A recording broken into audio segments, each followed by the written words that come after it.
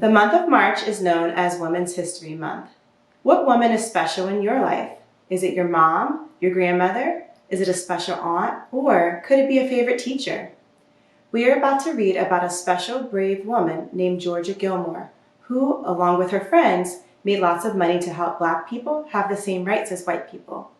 Dr. Martin Luther King and Rosa Parks are two famous people who work hard to help others understand how we are all equal, no matter the color of our skin. Georgia Gilmore was not as famous, but she used her gift of cooking to help change her community. Pies from Nowhere: How Georgia Gilmore Sustained the Montgomery Bus Boycott, by Dee Romito. Illustrated by Freeman. When Georgia Gilmore was a young girl, she lived on a farm in Alabama where she fed the pigs and milked the cows. Georgia did her best to listen to what her mother taught her. Think twice before doing anything you might regret, and never hate anyone. Georgia grew up and soon had a family of her own. She did plenty of cooking along the way, and when it was time for something sweet, she knew just what to do. She'd blend butter and sugar in a bowl to get her homemade pound cake started, and then add tea bags to a pot of water for a new batch of sweet tea. Georgia was a cook at the National Lunch Company in downtown Montgomery, Alabama. Because of segregation laws, the restaurant counter was separated into two sections, one side for white customers, one side for Black customers. Georgia knew it was wrong, but that was the way things had always been. On December 1st, 1955, Georgia was working at the restaurant when a news alert came over the radio. A Black woman named Rosa Parks had been arrested for refusing to give up her seat on a bus to a white passenger, as the law demanded. Already a civil rights activist, Rosa was tired of giving in to rules that were unjust, and she wasn't the only one. The next day, an association of Black women distributed a flyer asking people to boycott public transportation on Monday.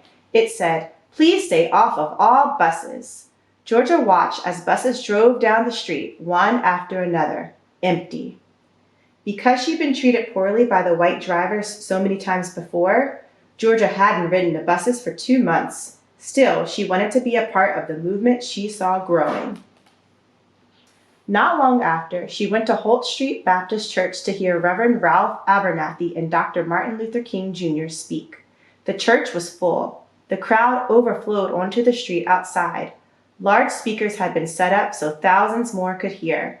Dr. King spoke about doing good things for one another. He talked about freedom, unity, equality.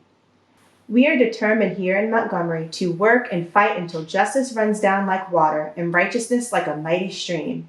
Those were things Georgia believed in, and she was willing to fight for them. So Georgia decided to help the best way she knew how.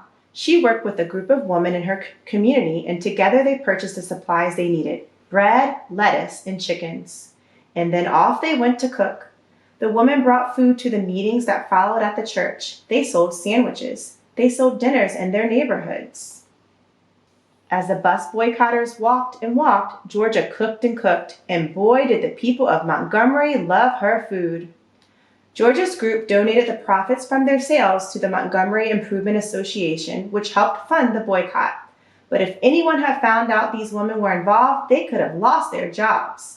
So Georgia ran the operation, and the other women acted as secret helpers. "See, the way I figured it, people always had to eat, so I made the pies," said Georgia. The woman sold baked goods to stores, groceries, laundromats, and beauty shops in their neighborhoods, and people paid in cash so they wouldn't be connected to aiding the boycott.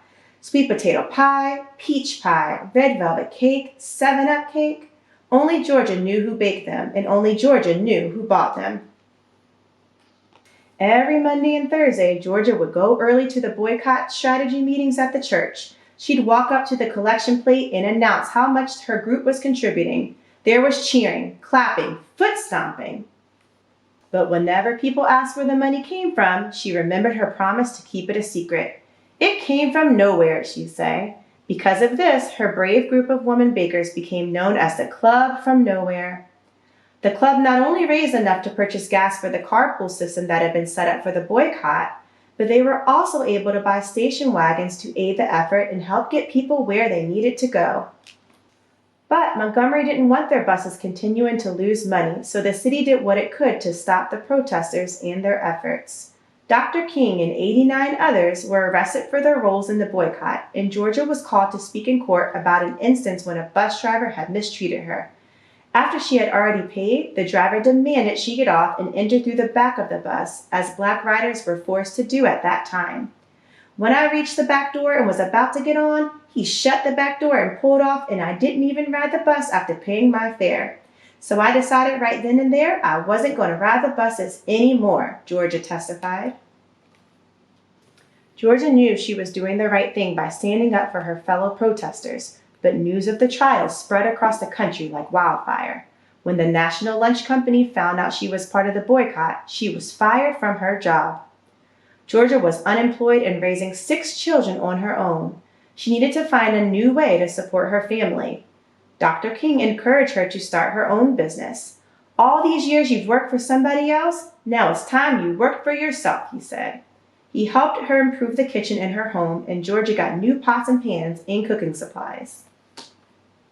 Word soon got around, and people came to eat at Georgia's. When they came to her house for a meal, they would eat wherever they could find a seat. And if they couldn't find a seat, they'd eat standing up.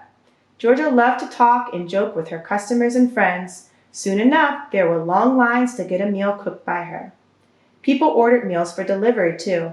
Georgia was making hundreds of lunches each day. She packed up fried chicken, black-eyed peas with okra, fresh corn muffins, and apple pie, and sent her kids out to deliver them. If you were lucky, you might even get her homemade macaroni and cheese. She was providing good food for her community, but she was also bringing the people of Montgomery together, black and white.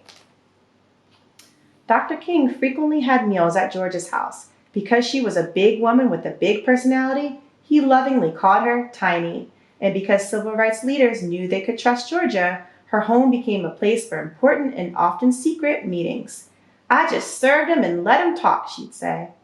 On November 13, 1956, Georgia was cooking in her kitchen, listening to music on the radio, when the station interrupted the song to deliver the news. The Supreme Court had declared that segregation on buses was illegal. The boycotters had won.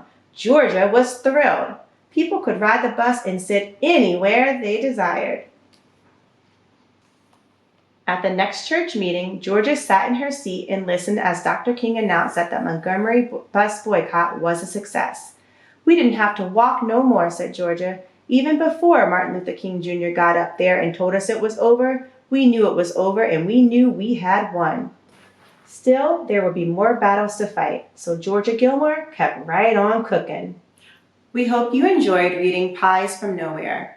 Sometimes we may think we don't have a special gift to share or a special talent that can make a difference in the world. Always remember, we all have gifts and talents, even if we have to dig way deep down inside to realize what that special talent is. Think about what you can do to make the world a better place.